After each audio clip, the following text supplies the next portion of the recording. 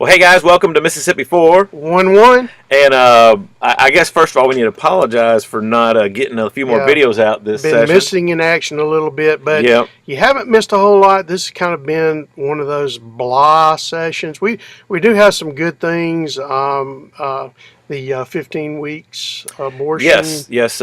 Mississippi's kind of trailblazing on that one. We've set a ban on abortion past the first trimester. Right. That just passed or we concurred with the Senate. Right. It came out of the House. The Senate passed it. It came back to us. We concurred, and so it's going to the governor's desk, and we're fairly certain he's going to sign it. Right. Now, the Senate did take the criminal penalties out of the bill that we originally had in, but a doctor can still lose their license if they perform an abortion after 15 weeks. So that part's still in there. And it'll save, just in our state alone, based on current abortions that are being performed in our state, it'll save 300 lives. And not just the lives of the unborn, but it will help save the lives of some of the mothers. A lot of people aren't aware of how many people have complications after abortion. I personally have a relative that never could have kids because of a botched abortion. Right. And so the emotional, psychological, and physical well-being of the mother was also a consideration in this bill. I guess a lot of the liberals would try to make you think differently, but it's something that stays with women for life. Yeah. Early on it may just be a decision, but later in life it's something that can be very traumatic. But we're glad we're taking a step in the right direction. France is 12 weeks. Well, most of the industrialized world is, with the exception of places like China and North Korea, which I don't think we want to be on par with them on anything. No, we're not going there. So anyways, that is a bright spot in my opinion of an accomplishment this session. We've done a lot of stuff right out of the chute, and we talked about it in the last 411 video where we addressed roads and bridges, we addressed education, we addressed Medicaid, and as things usually go down here, the swamp doesn't just exist in D.C. It's alive and well in all the 50 states. We sent stuff over to the Senate side. Senate killed it. They've sent their versions back. And so really a lot of the stuff that we would have wanted to come to you and tout as an accomplishment, or at least something passed. Yeah, especially the education funding bill, which was just a good plan, and it was understandable with the base amount and the weights, and we were going to put $180 million more into the program. It was outstanding. Well, and it was going to be good for DeSoto County, really. It was going to be really good for DeSoto County and a lot of the other places, but it put every child on an equal plane, which that's the way it should be. But our colleagues over in the Senate didn't see fit to not our DeSoto senators. Our DeSoto but many of the senators caved to the pressure from outside groups. Right. We had a chance to fix it. I'm hoping we'll get another chance to fix it. But it was a good bill. Yeah. So and also we had several bond bills. Yeah. We had to look at these. Normally, Dan and I are very on bond bills because that's our third largest debt services. On bonds. It obligates us and the people of Mississippi to pay whatever money the state borrows. Guess what? Your tax dollars are going to pay for it. So if we're borrowing $100,000 to plant some trees on an off-ramp somewhere just to beautify the area, guess what? We just obligated you, the taxpayer, to pay for some county or city's trees. And we had to do something. There are some critical needs areas, and they're mostly locally, counties, municipalities, that kind of thing.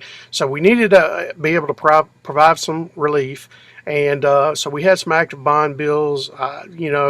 They're in the Senate. We have no idea what's going to happen.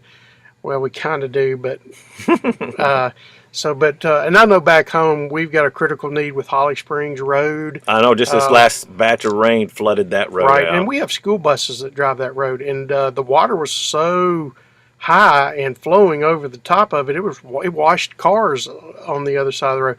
So we've got to do something about this. We're trying to find relief any way we can. I can tell you Well, this: we can do it without raising taxes. yes, and it's important to point out that we had in the House several different plans to address the roads and bridges, and a lot of it had to do with giving money back to the local municipality Right. and counties so that they could put it where they knew where their critical needs were the most. Right. That kind of died when the Senate came up with their plan for roads and bridges. That their bill came over to the House last week, and we did a strike all amendment where we took their stuff and we put some of our good stuff back into it and sent it back to them. And I believe it's going to go to conference. Basically, what conference is and that's coming up soon because we pretty much hit all of our deadlines. Right now, it's just mostly appropriations, and then Correct. we'll go to conference next weekend. Each committee will pick a couple conferees. Those are people that will represent the interests of the House and the interests of the Senate, and they'll try to hash out and come up with something that both sides can agree on, and Right. then we'll pass it into law. If that's the way it's supposed to work in theory. Right. And Dan and I can tell you, are both about local control. And we just feel like, if we can provide relief to the counties and municipalities, that they can do a better job than the state. We want the state to quit micromanaging and to let the local governments handle their business. I mean, but what we've got to do, first of all, is to be able to provide the method. Long term, what Dan and I are fighting for, and a lot of other good people here are fighting for, is to allow the counties and municipalities to keep a bigger percentage of the state sales tax, which right now, Dan, it's 18.5. We'd like to see that. We had a bill this year to raise it to 20% of the 7% sales tax that local governments could keep. We want to see that. We want to be able to let the local government keep more of their own money and do the address infrastructure the way they need to address it, and the city needs, county needs. But that's something long term we're working on. We are having an impact, but we just believe local government can do a better job with infrastructure needs. So what we're going to do is we're going to wrap this video up and just wait until the end of session, which will be in a couple weeks, and then give you sort of a recap, a highlight of the good bills that made it through. There's a lot of bills that last year we would talk about bills and say, oh, it's a great bill, and we passed it in the House, and it died. And so we don't want to mislead you as to stuff that's coming out if it's really not coming out. It may pass the House and die in the Senate, or it may come out of the Senate and die in the House. But our hope is to keep you informed and keep you up on the 411 of what's happening down here in Jackson. And as of right now, the big thing that we're dealing with, since the whole education funding formula rewrite seems to be put to bed, is roads and bridges. That's going to be the big one, and then just how we appropriate monies for all the different agencies and state departments that we have to fund. Right.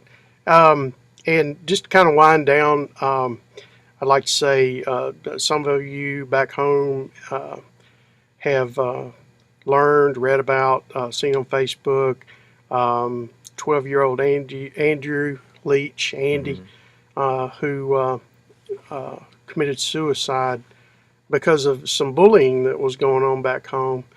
I just want to let you know, Dan, mine, people down here, our hearts are broken. Our heart goes out to the family, and Dan and I will be Saturday night. We're going to be at Trinity Baptist, I think 7:30, 7:30, and we're going to speak at that event for Andy as the candlelight vigil.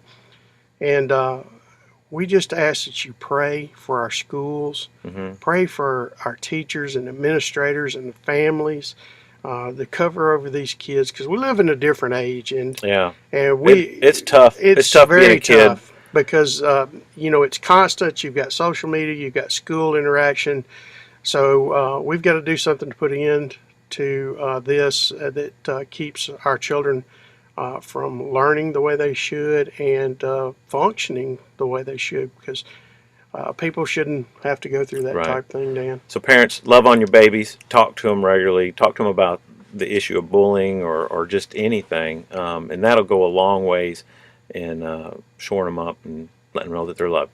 So until we meet again, keep on keep on keeping on. Keep on keeping on. Listen, stay involved. Keep in touch. Let us know what's on your mind. We love getting emails. We love answering emails. And until we meet again, we'll keep fighting for you. That's right.